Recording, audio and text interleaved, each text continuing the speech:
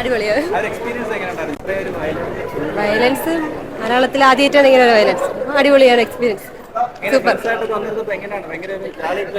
First കയറുന്നതിന് മുന്നേ doubt ഉണ്ടായിരുന്നു, പക്ഷെ അവർ ഓളത്തിലങ്ങ് പോയി. കുഴപ്പമൊന്നുമില്ല, നമുക്ക് ധൈര്യം കൊണ്ട്. അങ്ങനെയൊന്നുമില്ല, സിനിമയല്ലേ. അടിപൊളിയായിരുന്നു. വയലൻസ് പടം നമ്മൾ മലയാളത്തിൽ ആദ്യമായിട്ട് ഇറങ്ങുന്നതാണ്.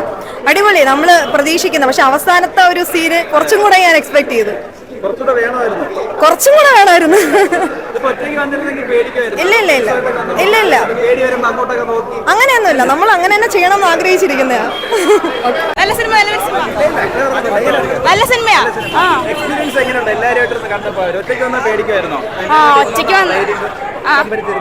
അതെ അതെ, പകുതി എന്നടിക്കായിരുന്നല്ലോ ആളിന്ന് ചെയ്യുമ്പോ കണ്ണൂത്തിട്ട് കണ്ട്.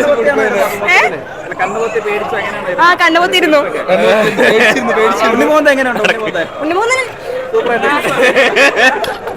നല്ല പടമാണ്, ഭയങ്കര വയലൻസ് ആണ് സിനിമ.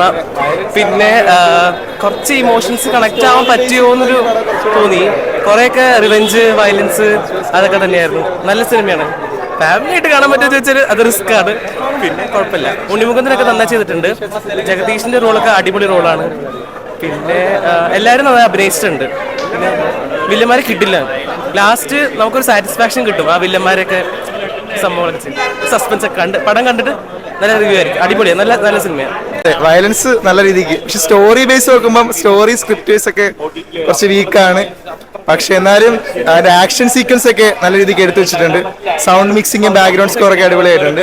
പക്ഷെ എന്നാലും കുറച്ചുകൂടെ സ്റ്റോറി വൈസ് കുറച്ചുകൂടെ നമുക്ക് റിവെഞ്ച് ഫീൽ ചെയ്യിക്കായിരുന്നു. കുറച്ച് നല്ലൊരു സ്ക്രീൻ പ്ലേ ഒക്കെ കൊടുത്ത് നല്ലൊരു റിവെഞ്ച് ഫീൽ ചെയ്യിക്കായിരുന്നു. അപ്പൊ ഇനിയൊരു സിനിമ വരണമെങ്കിൽ ഇതിനേക്കാളും അപ്പുറത്ത് നല്ലൊരു ആക്ഷനൊക്കെ ആയിട്ട് വരേണ്ടി വരും. നല്ല കോമ്പറ്റീഷൻ, നല്ലൊരു പടം.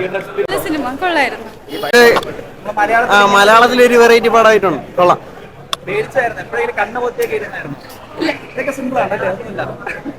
വന്നാലും അടിപൊളിയാണ് തീർച്ചയായിട്ടും. കാരണം പുഷ്പയൊക്കെ 400 കോടി എടുത്തിട്ട് ഒന്നും കാണിക്കാത്ത നമ്മളെ ബോളിവുഡ് ഇവിടെ 30 കോടി വെച്ച് അടിപൊളി പടം എടുത്തിരിക്കണം. അപ്പൊ പറയാതിരിക്കാൻ രക്ഷയില്ല.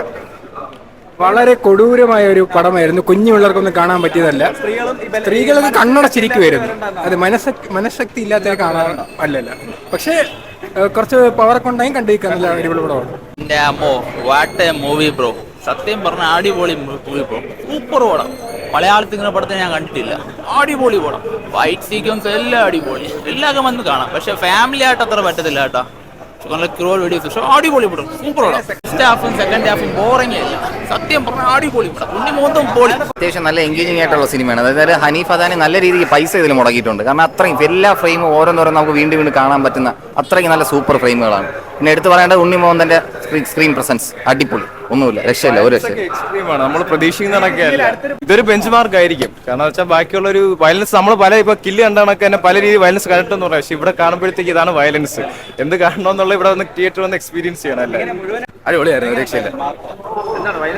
അടിപൊളി വയലൻസ് ആണ്, ഒരു രക്ഷയില്ല. വൈറ്റാണ് കൂടുതൽ ഇഷ്ടമാണ്. ഉണ്ണിമോഹൻ തന്നെ